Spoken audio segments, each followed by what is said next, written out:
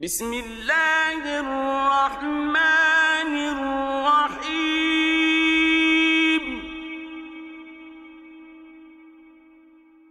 طه ما أنزلنا عليك القرآن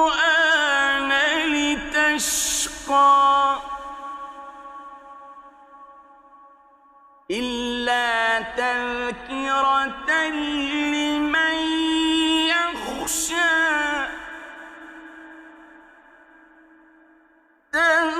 تنزيلا ممن خلق الأرض والسماوات العلى الرحمن على العرش استوى له ما في السماوات وما في الأرض وما بينهما وما تحت الثرى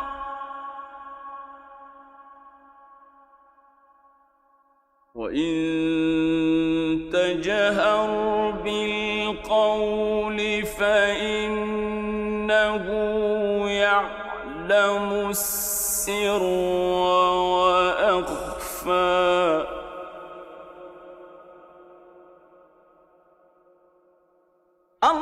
الله لا إله إلا هو له الأسماء الحسنى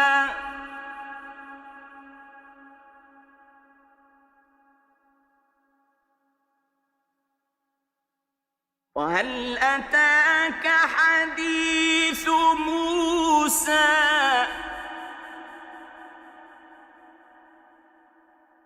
إذ رأى نارا فقال لأهلهم كثوا إني آنست نارا لعلي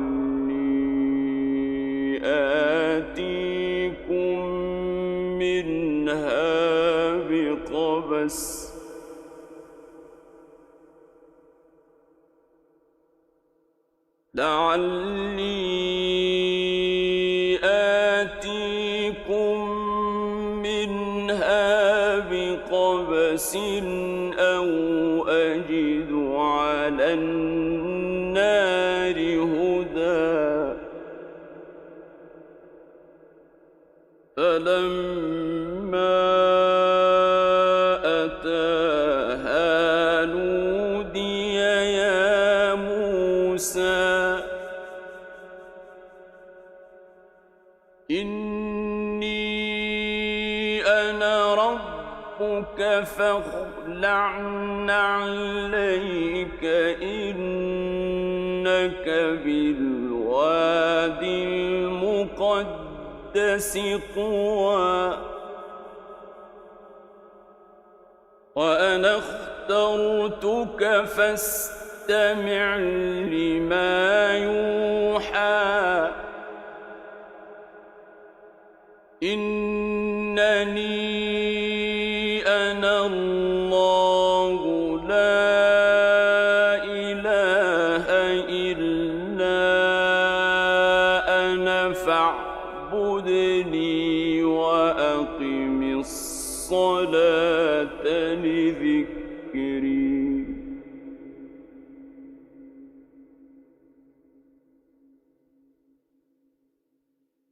إن الساعة آتية أكاد أخفيها لتجزى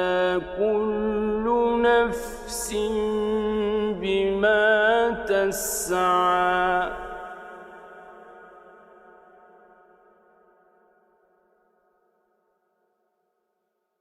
فلا يصدنك عنها من لا يؤمن بها واتبع هواه فتردى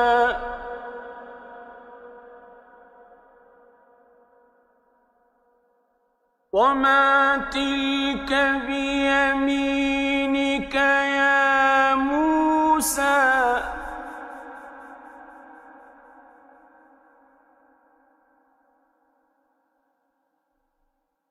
قال هي عصاي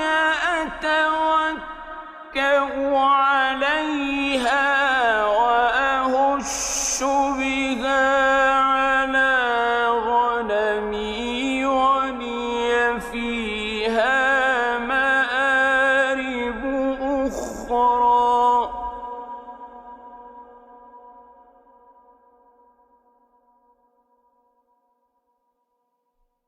قال ألقها يا موسى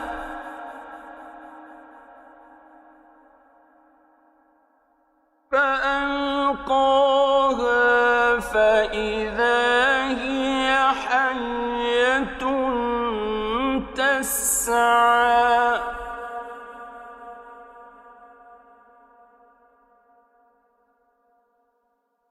قال خذها ولا تخف سنعيدها سيرتها الأولى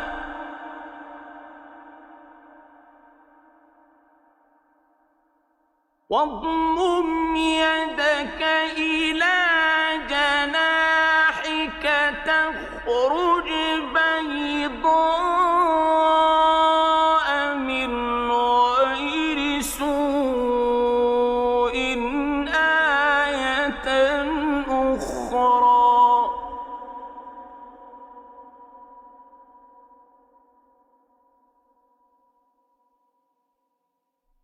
لنريك من آياتنا الكبرى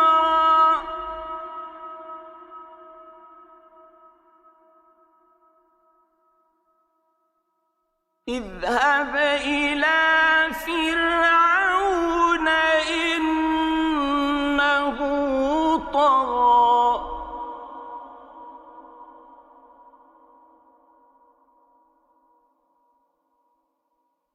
قال رب اشرح لي صدري ويسر لي أمري واحلل عقدة من لساني يفقهوا قولي واجعل لي وزيرا من أهلي هارون أخي اشدد به أزري وأشركه في أمري كي نسبحك كثيرا ونذكرك كثيرا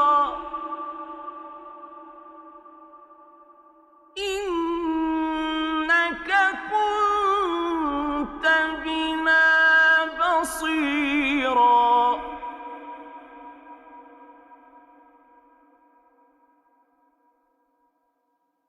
قال قد أوتيت سؤلك يا موسى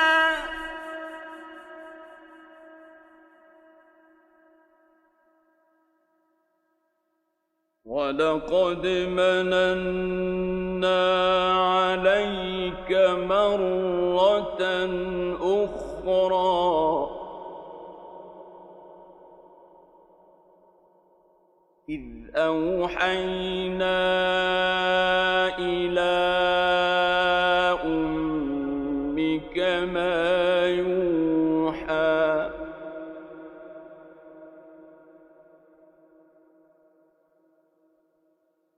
أن اقذفيه في التابوت فاقذفيه في اليم فليلقه اليم بالساحل يأخذه عدو لي وعدو له وألقيت عليك محبة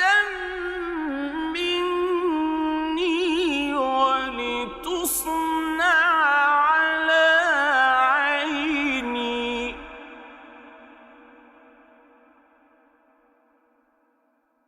إذ تمشي أختك فتقول هل أدلكم على من يكفله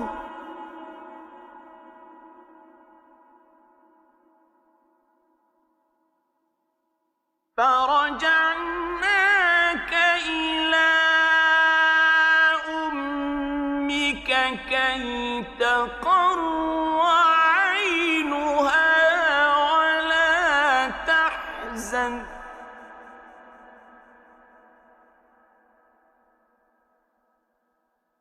وقتلت نفسا فنجيناك من الغم وفتناك فتونا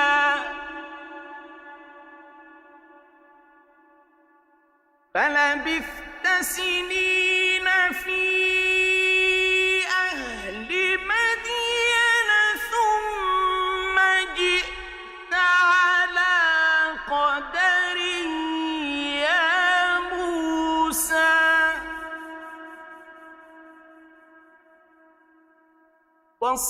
واصطنعتك لنفسي اذهب أنت وأخوك بآياتي ولا تنيا في ذكري اذهبا إلى فرعون إنه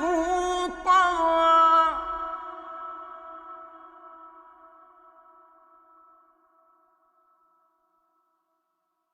فقولا له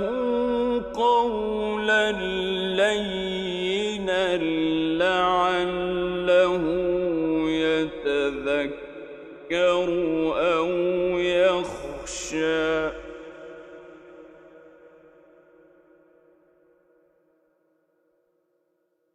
قال ربنا إننا نخاف أن يفرط علينا أو أن يطغى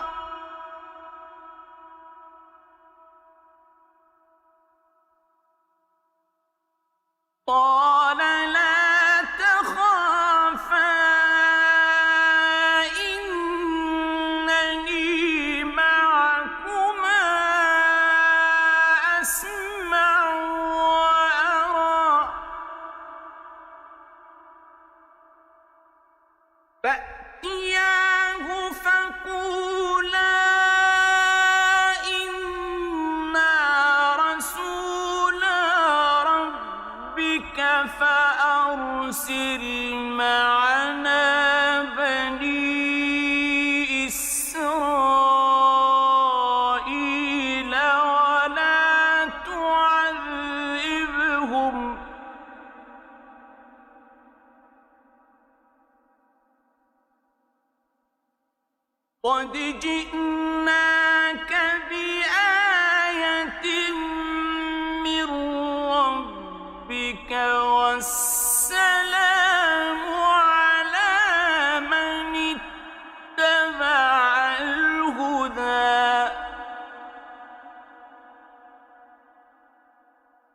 إنا قد أوحي إلينا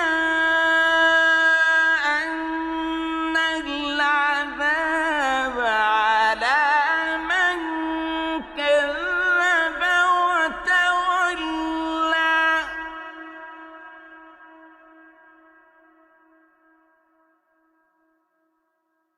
قال فمن ربكما يا موسى قال ربنا الذي أعطى كل شيء خلقه ثم هدى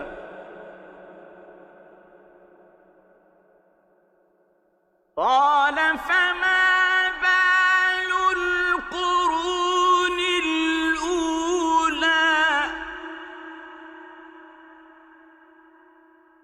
قال علمها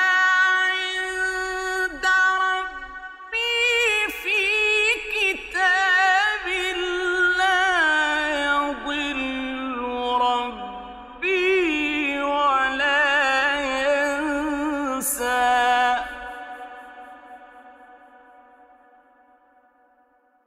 الذي جعل لكم الأرض مهدا وسلك لكم فيها سبلا وأنزل من السماء ماء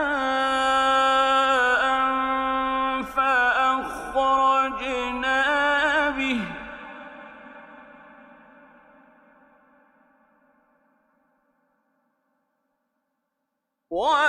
وأنزل من السماء ماء فأخرجنا به أزواجا من نبات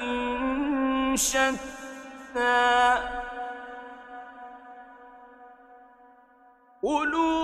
وارعوا أنعامكم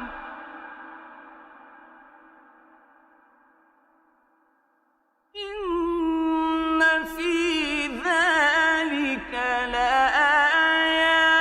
لأولي النهى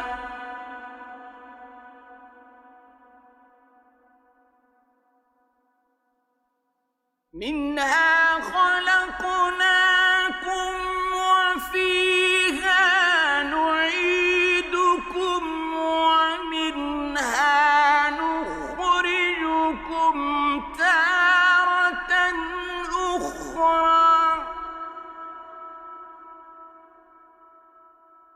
ولقد أريناه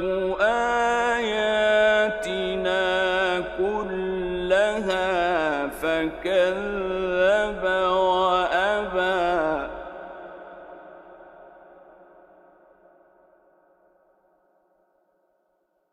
قال أجئتنا لتخرجنا من أرضنا بسحرك يا موسى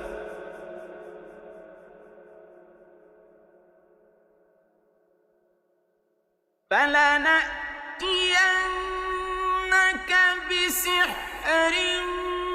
مثله فاجعل بيننا وبينك موعدا لا نخلفه نحن ولا أنت مكانا سوى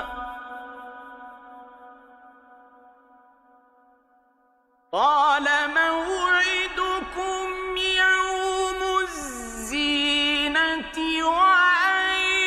يحشر الناس ضحى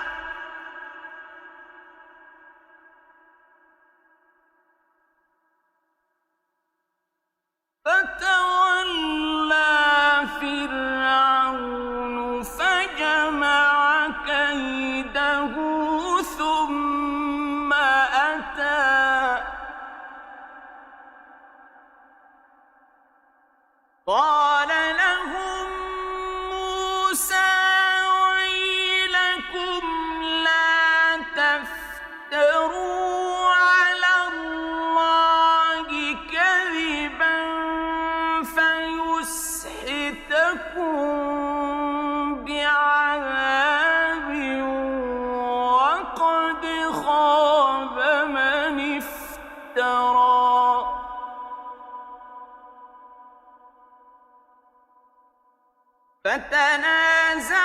فتنازعوا أمرهم بينهم وأسروا النجوى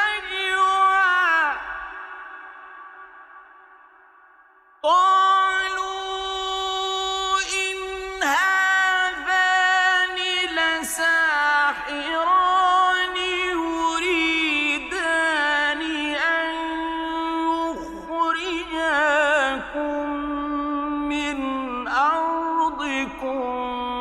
بسحرهما ويذهبا بطريقتكم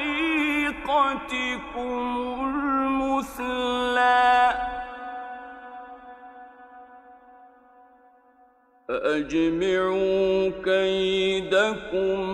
ثم أتوا صفا وقد أفلح اليوم من استعلى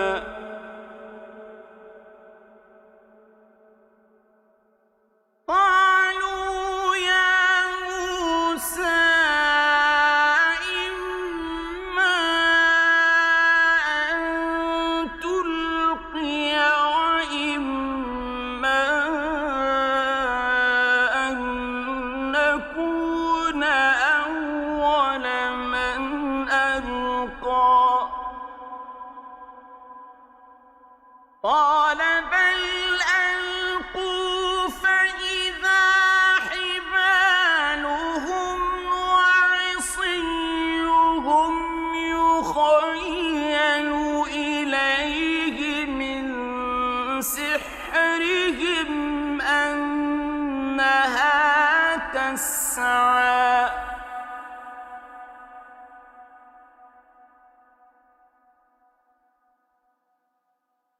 فأوجس في نفسه خيفة موسى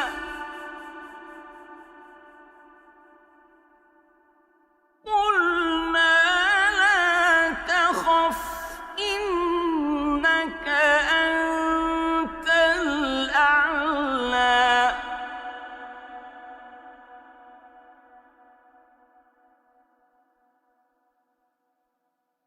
وألق ما في يمينك تلقف ما صنعوا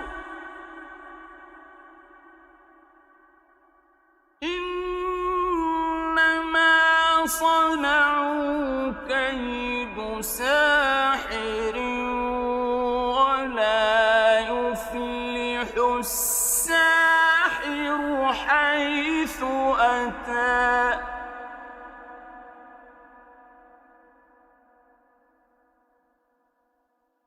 فألقي السحرة سجدا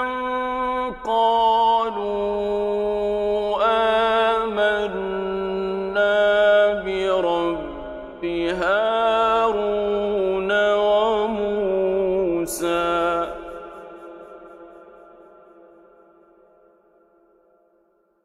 قال آمنتم له قبل أن آذن لكم إنه لكبيركم الذي علمكم السحر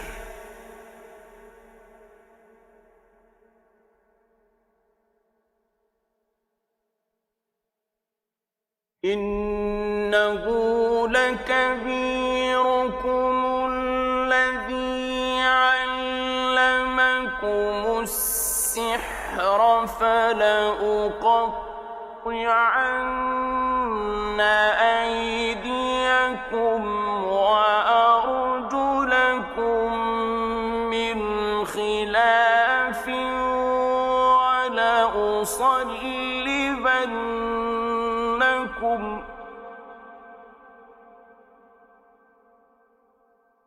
ولأصلبنكم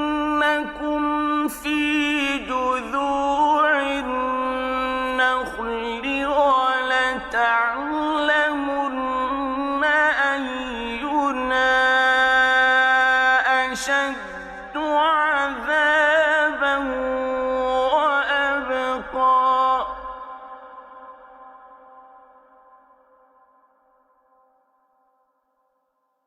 قالوا لن نؤثرك على ما جاءنا من البينات والذي فطرنا فاقض ما أنت قاض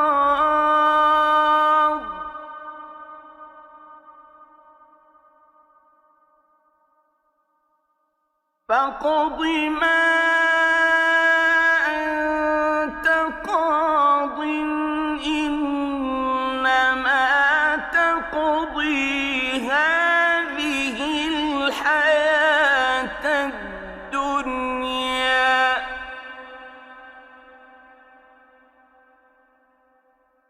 إنا آمنا بربنا ليغفر لنا خطايانا وما أكرهتنا عليه من السحر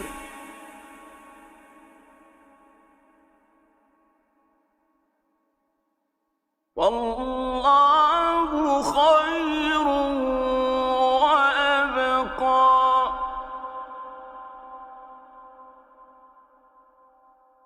إنه من يأت ربه مجرما فإن له جهنم لا يموت فيها ولا يحيا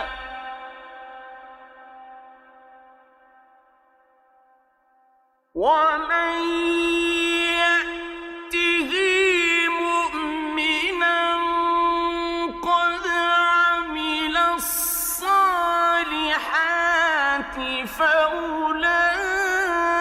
فأولئك لهم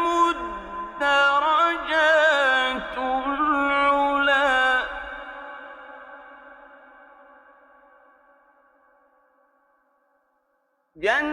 جنات عدن تجري من تحتها الأنهار خالدين فيها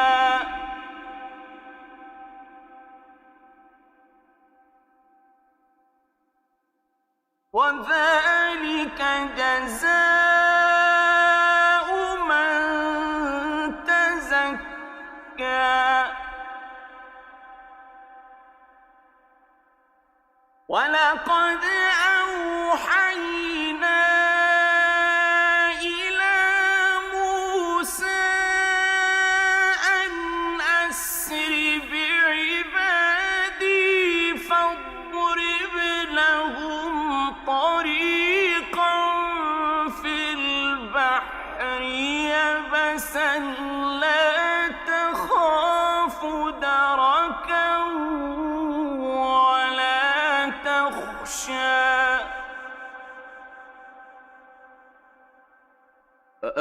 فأتبعهم فرعون بجنوده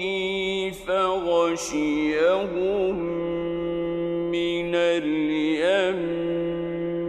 ما غشيهم وأضل فرعون قومه وما هدى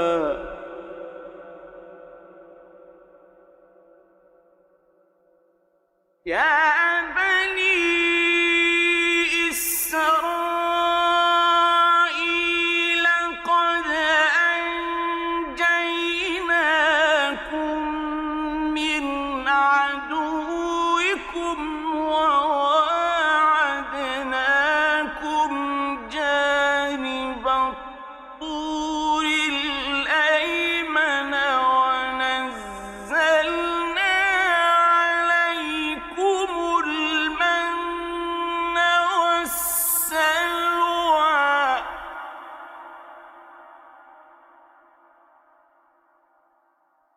كُلُوا مِن طَيِّبَاتِ مَا رَزَقْنَاكُمْ وَلَا تَطْغَوْا فِيهِ فَيَحِلَّ عَلَيْكُمْ غَضَبِي ۖ وَمَن يَحْلِلْ عَلَيْهِ غَضَبِي فَقَدْ هَوَىٰ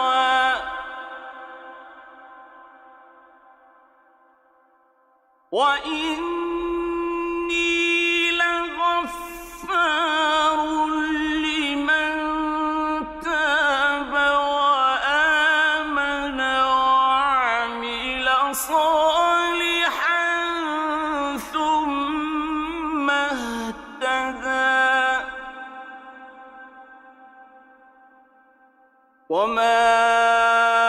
أَعْجَلَكَ عَن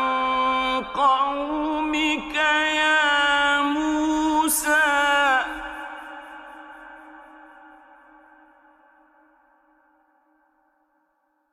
قَالَ هُمْ أُولَاءِ عَلَىٰ أَثَرِي وَعَجِلْتُ إِلَيْكَ رَبِّ لِتَرْضَىٰ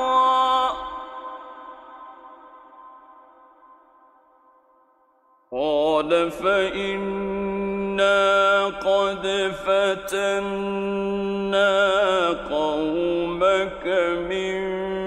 بَعْدِكَ وَأَضَلَّهُمُ السَّامِرِيُّ فَرَجَعَ مُوسَىٰ إِلَىٰ قَوْمِهِ غَضْبَانَ أَسِفًا قَالَ يَا قَوْمِ أَلَمْ يَعِدْكُمْ رَبُّكُمْ وَعْدًا حَسَنًا أَفَطَالَ عَلَيْكُمُ الْعَهْدُ أَمْ أَرَدتُّمْ أَن يَحِلَّ عَلَيْكُمْ غَضَبٌ مِّن رَّبِّكُمْ فَأَخْلَفْتُم مَّوْعِدِي قَالُوا مَا أَخْلَفْنَا مَوْعِدَكَ بِمَلْكِنَا وَلَٰكِنَّا حُمِّلْنَا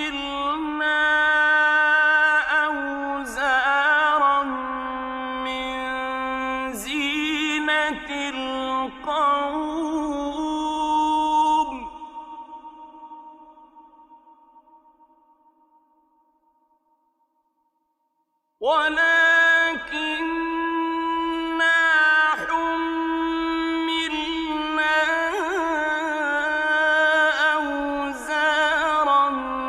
مِّن زِينَةِ الْقَوْمِ فَقَذَفْنَاهَا فَكَذَٰلِكَ أَلْقَى السَّامِرِيُّ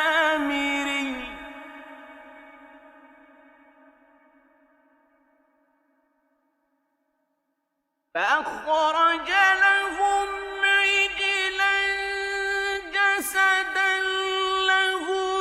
خُوَارٌ فَقَالُوا هَٰذَا إِلَٰهُكُمْ وَإِلَٰهُ مُوسَىٰ فَنَسِيَ أَفَلَا يَرَوْنَ أَلَّا يَرْجِعُ إِلَيْهِمْ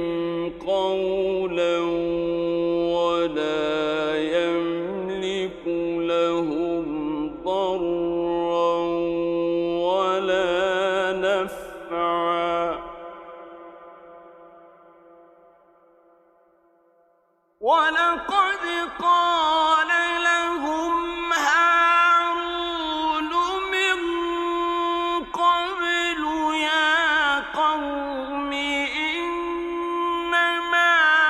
فُتِنتُم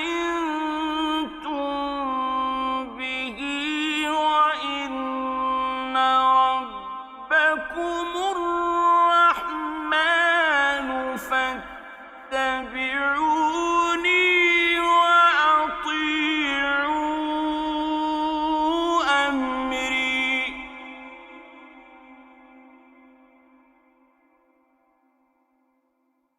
قالوا لن نبرح عليه عاكفين حتى يرجع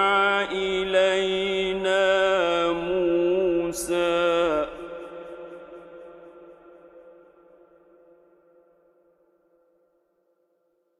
قال يا هارون ما منعك إذ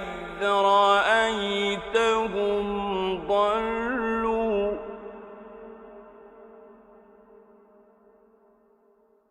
ألا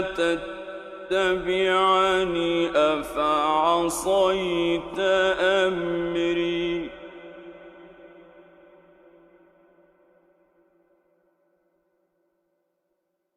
قال يا ابن أم لا تأخذ بلحيتي ولا برأسي إني خشيت أن تقول فرقت بين بني إسرائيل ولم ترقب قولي.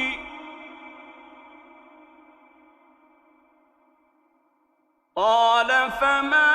خطبك يا سامري؟ قال بصرت بما لم يبصروا به فقبضت قبضة من أثر الرسول فنبذتها وكذلك سولت لي نفسي.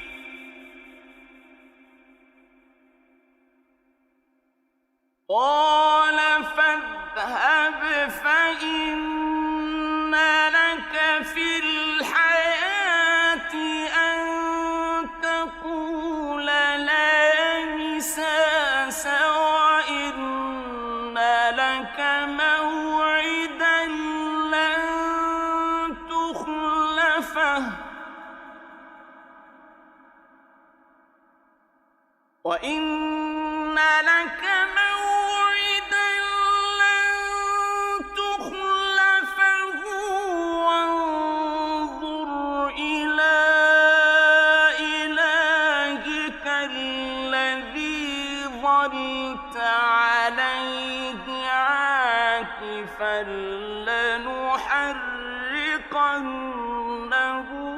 ثم لننسفنه في اليم نسفا.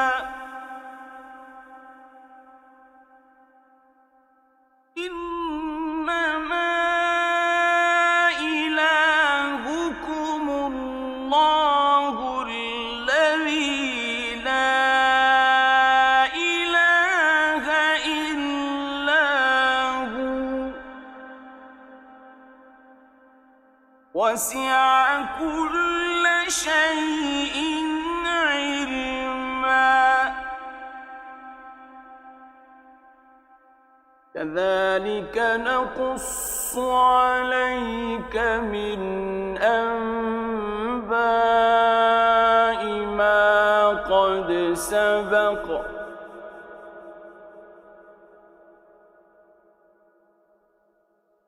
وقد آتيناك من لدنا ذكرا.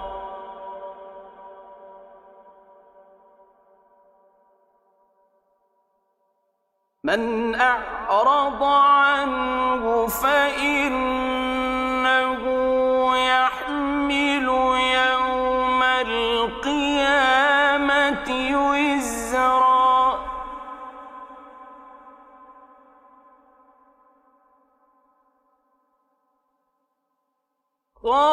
خالدين فيه وساء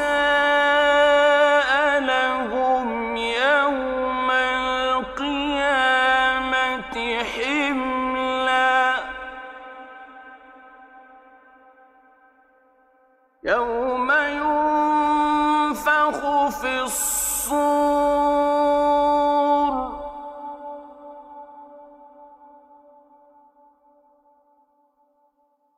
ونحشر المجرمين يومئذ زرقا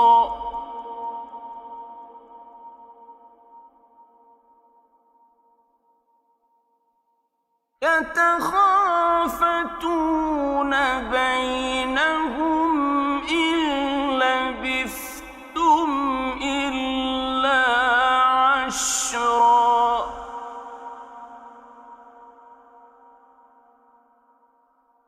نحن أعلم بما يقولون إذ يقول أمثلهم طريقة إن لبثتم إلا يوما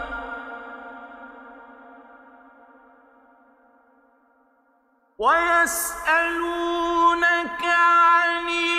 الجبال فقل ينسفها ربي نسفا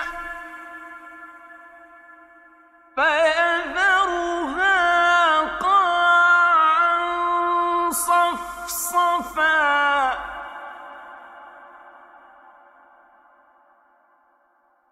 لا ترى فيها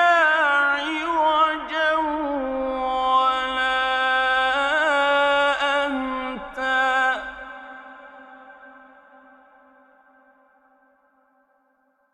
يومئذ يتبعون الداعي لا عوج له وخشعت الأصوات للرحمن فلا تسمع إلا همسا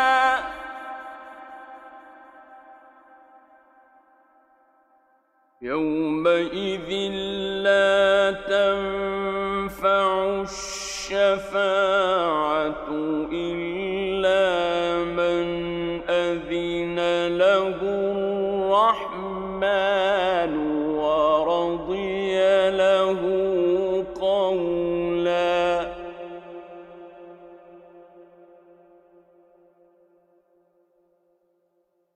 يعلم ما بين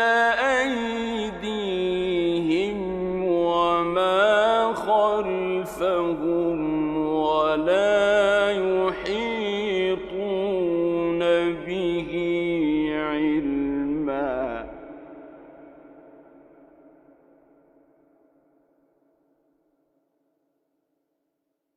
وعنت الوجوه للحي القيوم وقد خاب من حمل ظلما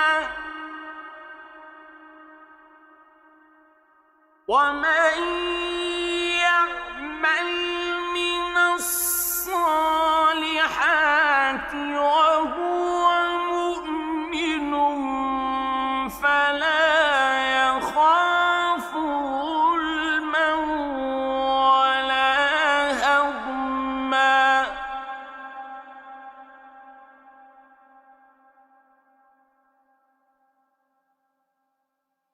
وكذلك أنزلناه قرآنا عربيا وصرفنا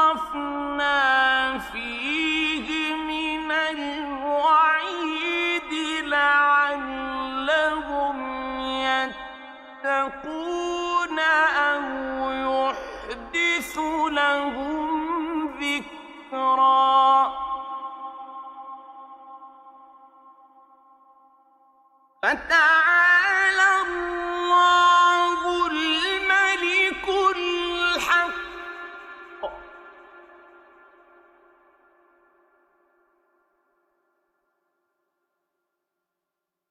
ولا تعجل بالقرآن من قبل أن يقضى إليك وحيه وقل رب زدني علما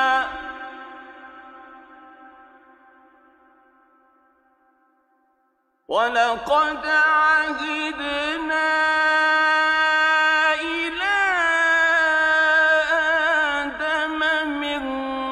قبل فنسي ولم نجد له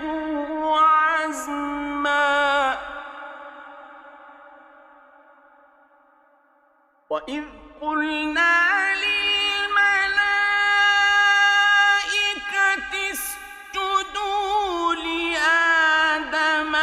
فسجدوا إلا إبليس أبى فقلنا يا آدم إن هذا عدو لك ولزوجك فلا من الجنة فتشقى إن لك ألا تجوع فيها ولا تعرى وأنك لا تظمأ فيها ولا تضحى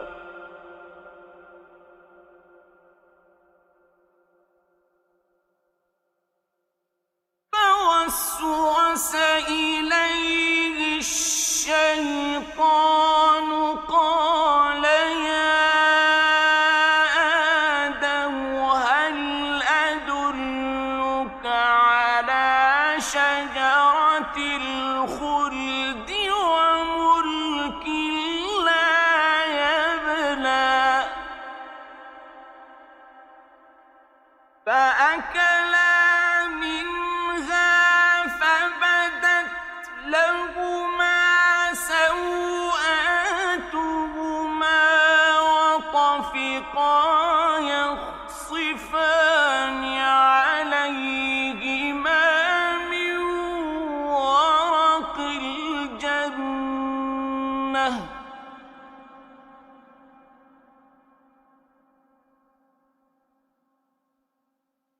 وعصى آدم ربه فغوى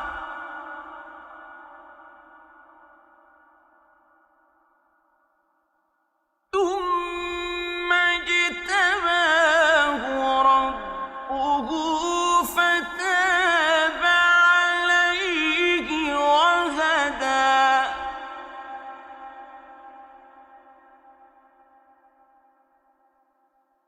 قال اهبطا منها جميعا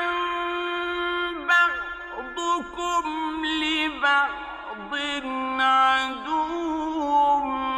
فإما يأتينكم مني هدى فمن اتبع هداي فلا يضل ولا يشقى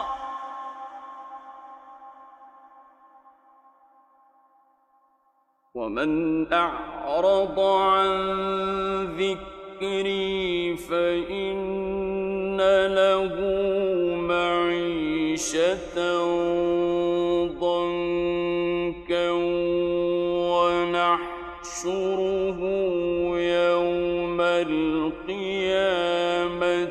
أعمى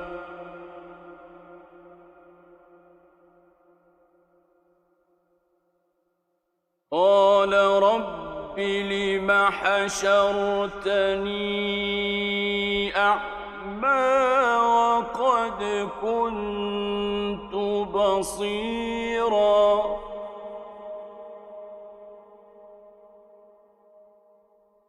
قال كذلك أتتك آياتنا فنسيتها وكذلك اليوم تنسى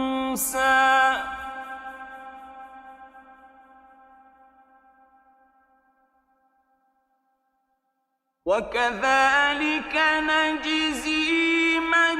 أسرف ولم يؤمن بآيات ربه ولعذاب الآخرة أشد وأبقى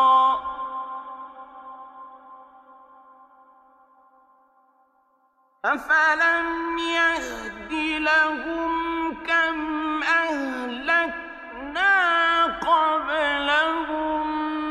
من القرون يمشون في مساكنهم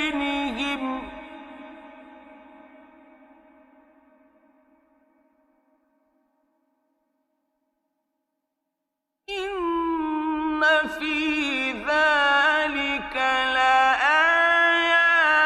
لأولي النهى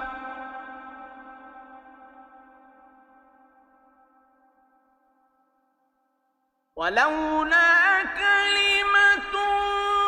سبقت من ربك لكان لزاما وأجل مسمى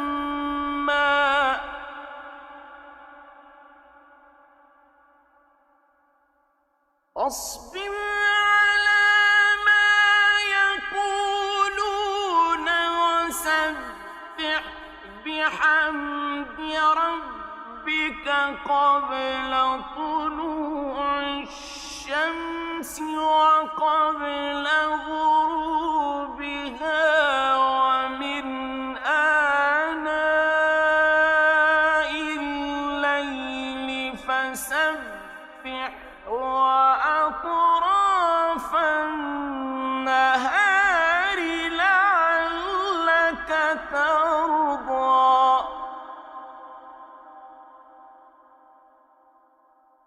ولا تمدن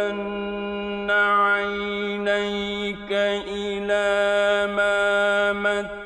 متعنا به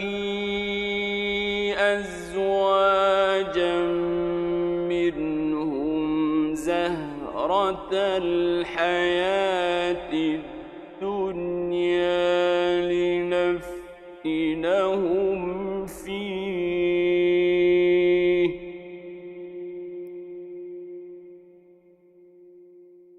ورزق ربك خير وأبقى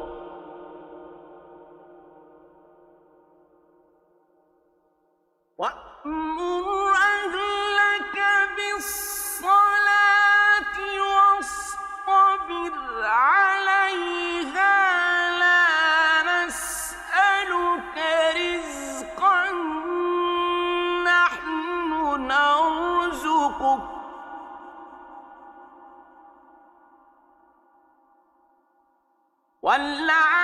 والعاقبة للتقوى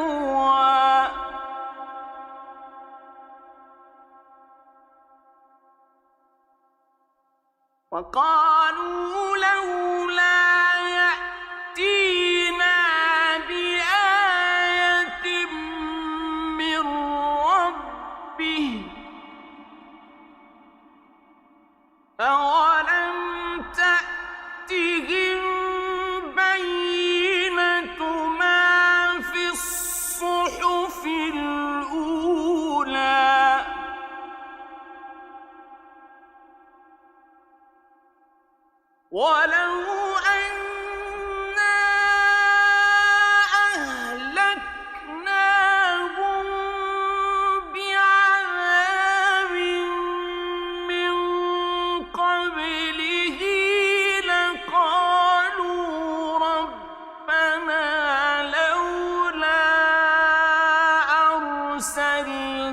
إلينا رسولا فنتبع آياتك لقالوا ربنا لولا أرسلت إلينا رسولا فنتبع آياتك من قبل أن نذل ونخزى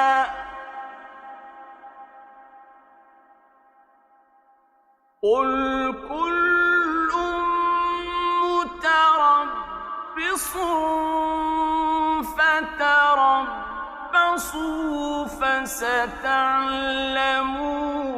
من أصحاب الصراط السوي